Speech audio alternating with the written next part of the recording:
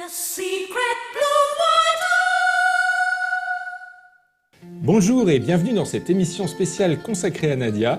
Il s'agit tout simplement d'un apéro Nadia. Voilà, si Nadia la série est le plat de résistance, aujourd'hui c'est l'apéro. Je suis avec Tsuka, Kron et Cyril. On va vous parler un petit peu de cette série.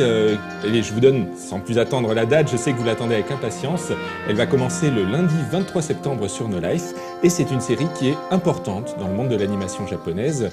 N'est-ce pas Cyril? Je crois que tu connais un petit peu Nadia? Je connais un peu, oui. J'ai eu le bonheur de travailler dessus il y a quelques années, tout à fait. Tu as fait une remasterisation, on en parlera tout à l'heure. Est-ce qu'on peut commencer? Est-ce que vous pouvez me raconter un petit peu chacun comment est-ce que vous avez découvert Nadia, Tsuka? J'ai découvert Nadia comme tout le monde à la télévision française, c'était sur la 5. La 5, je oui. crois, ouais. Et voilà, c'était une des grandes séries à suite début des années 90. Quoi. Je sais plus quand est-ce qu'elle a commencé la diff en France, mais en tout cas... Apparemment moi, c'était 92, Ouais. des choses comme ça. Ouais. Et c'était un souvenir assez fort parce que une grosse aventure et... Une grande série d'épopées, en fait, Ouais, c'est ce qui fait sa force. Toi, Cyril, tu l'avais découvert comment? Moi, je l'ai découvert au moment où avant de lancer la remasterisation en fait, sur le... Ah, plutôt sur le tard. Ah ouais, je l'ai découvert très tard. J'en ai entendu parler la première fois quand Animeland avait fait des articles au tout début de la vie d'Animeland, quand c'était encore un fanzine.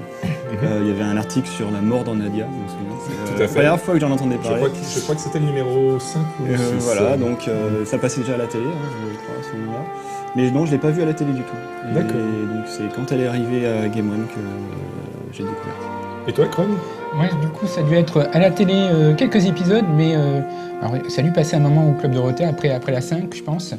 Donc j'ai découvert avec quelques épisodes durant des vacances avec le fameux générique de français, ça. Et après, j'ai découvert vraiment toute la série dans durant l'Ennemi Nadia, et notamment qui a été un assez bon souvenir avec Tsuka Hanoa aussi, qui à Bordeaux, qui travaille, et donc la petite équipe qui travaille toujours à No Life aujourd'hui. Voilà, on a fait quelques soirées quand même devant les VHS Nadia, qui reste un bon souvenir pour nous, quoi. D'accord. Je garde d'ailleurs précieusement les omnibus qui a été fait par Alex et Cyril sur VHS. Je sais pas si les VHS tiennent encore le coup, mais en tout cas je les ai. Ah bah garde-les D'accord. parce qu'il reste plus que ça, je crois. T'as brûlé les bandes, hein. Ah non, Bah, mais c'est marrant, Kron, que tu parles du générique. Moi, en fait, le générique m'avait rebuté. Je regardais les dessins animés, tout ce que je pouvais à l'époque, et le générique français ne représentait pas très bien la série, en fait, on le sait a posteriori, et en voyant ce générique, je me disais « Oh là là, c'est gnangnan, je ne vais pas regarder ça ». Et puis après, je me suis dit « On en parle autour de moi, peut-être que je loupe quelque chose ». Effectivement, je loupais quelque chose. Je l'ai vu bien après, et puis je me suis tapé la série en intégrale avec avec des amis aussi, une belle expérience. Est-ce que Tsuka, tu peux nous parler un petit peu du studio qui a créé Nadia, le studio Gainax? Vous le connaissez peut-être, il a réalisé, je crois, Gunbuster, un dessin animé dont on vous a parlé sur No Life par le passé. Regardez-le. Oui, alors, on l'a diffusé aussi. Oui. parler de Gainax, on pourrait en parler des heures. Bon, c'est un studio qui a été fondé par Hideaki Anno. Et l'autre monsieur dont j'oublie souvent le nom, le roi des otaku, Okada Toshio. Toshio Okada. Et le premier président, c'était Yamaga aussi, je crois, qui a fait Oneamise au début. Donc, Tout à fait. une petite troupe. Et à la base, c'est tous des otaku, on le sait. D'ailleurs, avant de fonder Gainax, ils avaient fait des films amateurs, dont les fameux films Daikon, qui avaient été faits pour des festivals, donc une espèce de générique d'introduction qui était projeté dans un festival au Japon au début des années 80. Et c'était à l'époque, ces films-là étaient un peu... c'était l'apogée de... Dedans, il y avait des scènes de fous de FX, des scènes de fous avec plein de personnages.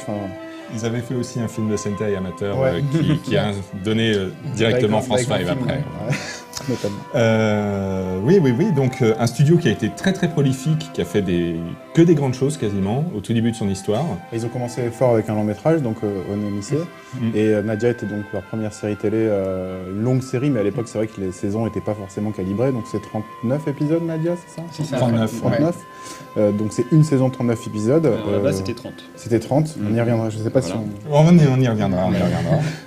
Et quelque chose de marrant, c'est l'origine du nom de Gainax. Déjà, vu qu'on est sur le live, on va dire Tout à fait. en japonais, on dit Gainax. On dit pas la Gainax, on dit Gainax. Gainax, et pas Gainax, on dit Gainax. Tout à fait. Et apparemment, ça vient d'un dialecte régional de Totoli. Donc bien Parce que si vous bien regardez au- Japan in Motion, Voilà, vous connaissez que c'est la bonne campagne japonaise entre Shimane et Totoli. Et apparemment, Gaina, c'est une déformation, quoi, un mot, un patois local pour dire géant, gros, imposant. Et donc, ils ont donc rajouté un c'est- X à la fin, parce que le X, c'est Ça cool. devient un adjectif. Et c'est ça devient Gainax, voilà. Maître Kron, merci. Mais je ne le savais pas il y a 2 jours. Hein. C'est en regardant ça que j'ai appris. Ah oui. D'accord. Et donc on l'a pas dit, mais bon, évidemment, Anno, c'est réalisateur d'Evangelion et plein d'autres choses. D'accord. Et alors, oui, justement, le staff de Nadia. On a à la réalisation Anno Hideaki, qu'on retrouve après donc sur Evangelion, qui était là déjà sur Gunbuster. Gunbuster, qui était sa première réa. Ouais. Au caractère design, Cyril, on a Monsieur Sadamoto, Yoshiyuki, Qui a fait le manga d'Evangelion bien après. qui a été un petit peu la marque de fabrique Gainax, le design un peu de tous les D'ailleurs, animés. après, jusqu'à dans les un années point. 2000, il est un peu sorti de Gainax parce qu'il voulait sortir de cette ambiance un petit peu en autarcie. Et voilà, il voulait aller voir d'autres horizons. Donc, Il a fait été à fond dans un studio pendant un paquet d'années, en Ouais, fait. ouais, ouais. D'ailleurs, il a noté que Sadamoto, avant d'être un character designer de renom, a été un très bon animateur. Il n'a pas eu une longue carrière, mais en fait, il a commencé en tant qu'animateur, notamment sur Neomise, où il a fait de l'anime sur le film. Et il y a un documentaire très intéressant qui est sorti sur Yasuo Otsuka, qui est un des senpai de Miyazaki et Takahata, où en fait on voit dans le documentaire des extraits de travaux étudiants de Sadamoto à l'époque Ouais, où... quelques line tests Il est très de impressionnant. Sadamoto qui déchire tout. Et en Tu tout cas- dis, mais pourquoi tu vas pas continuer à animer? Et en fait, non, c'est tellement plus facile d'être simplement character designer, c'est un poste plus haut et moins rude à faire. Donc voilà. Et mieux rémunéré, on l'imagine aussi. Voilà. Et, Plus prestigieux. Et Otsuka était vraiment impressionné dans ce documentaire. Il a remontré du coup les travaux étudiants de Sadamoto et D'accord. regretté, donc. Anno aussi était animateur avant, hein, ça, Ouais, on tout le à sait, et il a travaillé chez Ghibli. Et Ouais, sur Macross aussi. Ouais, il a c'est fait ça, un film non Macross. Et Ghibli, apparemment, il est arrivé vraiment comme ça à Tokyo, Là, de la campagne, ouais. il s'habite et son couteau, comme on C'est dit. ça. Et, Il montre il est ses allé, trucs- voilà. il montre ses trucs à Miyazaki et il lui dit ok, je te donne à animer la scène du dieu géant qui se de décompose. Nausicaa. De Nausicaa. Ah ouais, ok. Et puis voilà. Et du coup, Miyazaki a été impressionné par Anno dès cette époque-là, dès cette scène-là. Et la petite histoire même, c'est qu'en fait, Anno a répondu, en fait, au moment de la production de Nausicaa, ils étaient en galère de staff, c'était le rush total, et ils ont publié une petite annonce dans Animage, comme quoi ils cherchaient des animateurs. Animage, un grand magazine sur l'animation. Voilà, qui a été fondé d'ailleurs par Suzuki Toshio, qui est le producteur de Ghibli. Et D'accord. du coup, Anno a simplement répondu à l'annonce dans Animage où il disait oui, bah, moi je veux bien être animateur à l'arrache sur Ok. votre film. Et finalement, il a tellement convaincu Miyazaki que ce dernier lui a laissé la scène du géant. Et donc depuis, ils se connaissent et ils ont Depuis, ils se gardé des connaissent, liens. ils s'apprécient beaucoup et c'est une D'accord. relation très intéressante d'ailleurs tous les deux. Pour continuer sur le staff, Cyril, on a Shiro Sagisu aux musiques, Oui. qui a fait pas mal de trucs aussi. je Bon, après, crois. il a fait Evangelion. D'ailleurs, on retrouve pas mal de thèmes communs sur certains. Si vous avez jamais vu Nadia, vous allez voir que ça ressemble par certains aspects à ce qu'il a fait sur Evangelion. Après, je sais pas exactement ce qu'il a fait d'autre. Je connais pas bien son parcours, donc. Mais en tout cas, la ouais, bande-son de ça, Nadia ça, est vraiment, vraiment très très belle. Hein. Mm.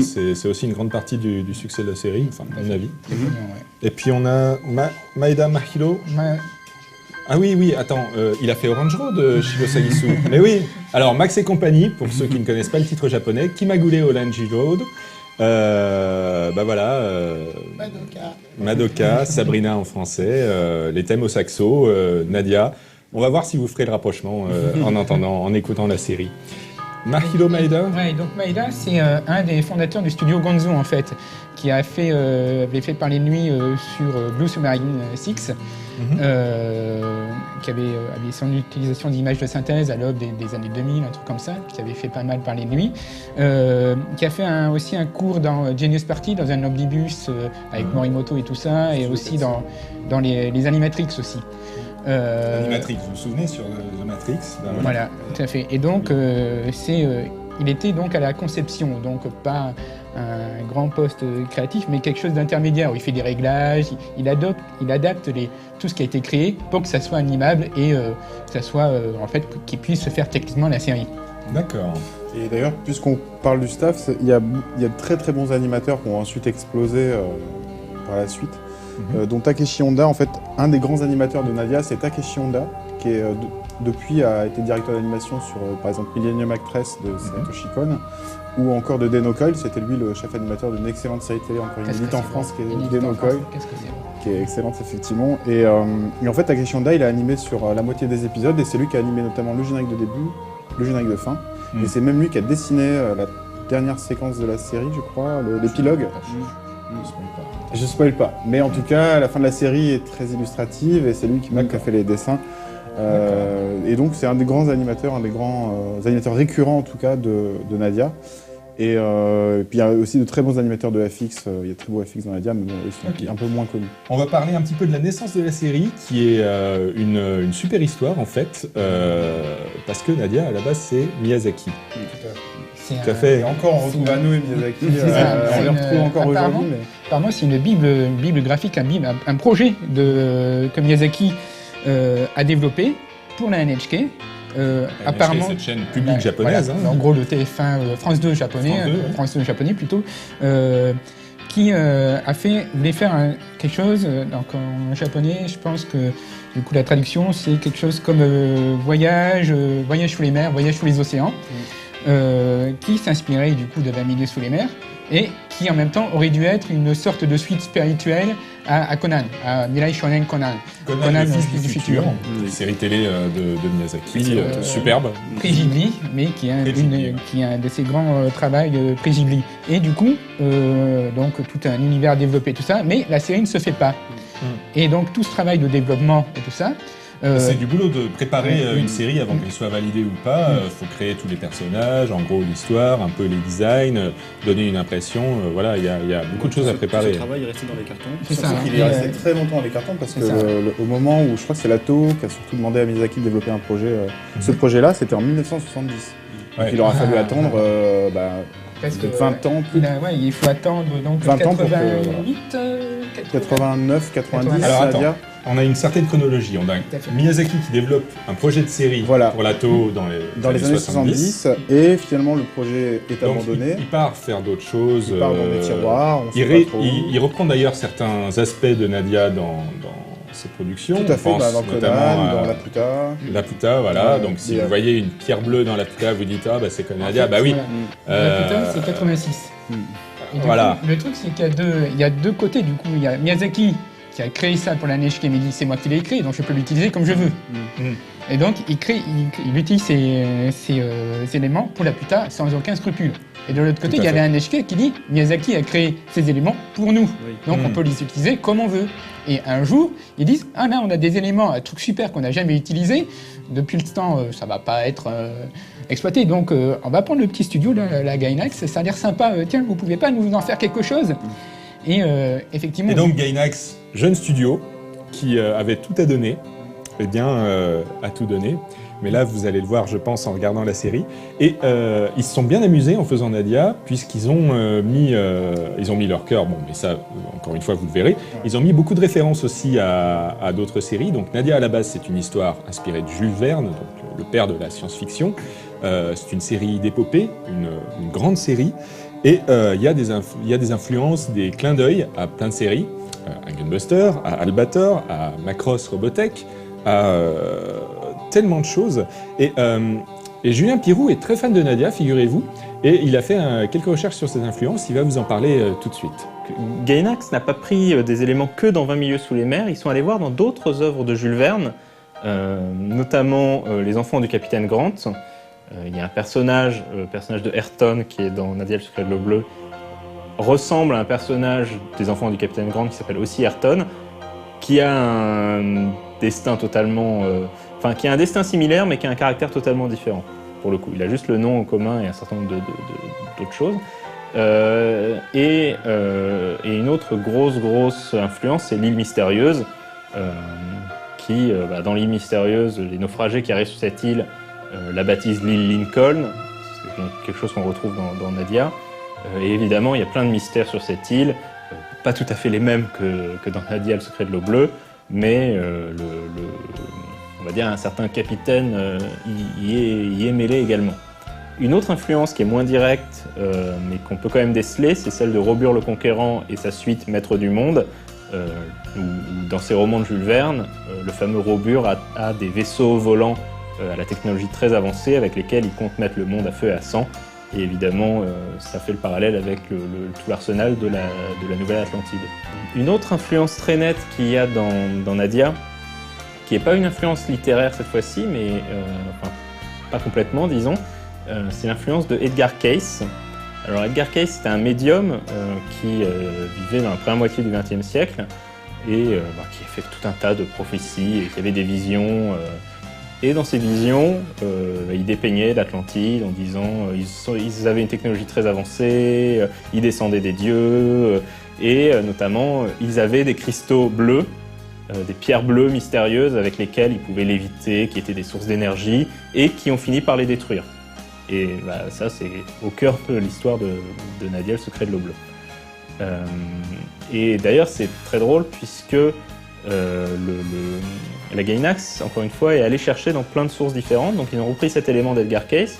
Ils sont aussi allés rechercher dans les écrits de Platon, celui qui a créé le mythe de l'Atlantide, où Platon dépeint l'Atlantide et ses colonies construites sur des cercles concentriques et ainsi de suite. Et le peu qu'on voit de l'Atlantide, on retrouve exactement cette disposition, avec les canaux et tout ça. Et une autre chose qu'on retrouve aussi dans Nadia, c'est le mythe de la cité Tartessos, qui est souvent amalgamée à l'Atlantide, et qui en fait est une cité que les Grecs mentionnaient dans leurs écrits, qui était un port de commerce avec lequel ils faisaient des échanges, qui se serait situé sur la côte sud de l'Espagne, et où beaucoup d'archéologues essaient de retrouver les ruines de cette fameuse cité mentionnée dans les écrits de plusieurs Grecs anciens. C'était a priori vers le IVe siècle avant Jésus-Christ, et donc c'est quelque chose aussi que Gainax a repris, sauf qu'eux ils en ont fait une colonie de l'Atlantide, une fameuse colonie que Platon mentionne, et ils sont allés la placer dans un endroit géographique totalement différent. On sent vraiment que Gainax a fait des recherches et a vraiment essayé de trouver des mythes, des légendes, des choses qui pouvaient se raccrocher au mythe de l'Atlantide, aux écrits de Jules Verne, et c'est ça qui donne finalement cet univers très riche qui semble avoir été vraiment travaillé dans le détail.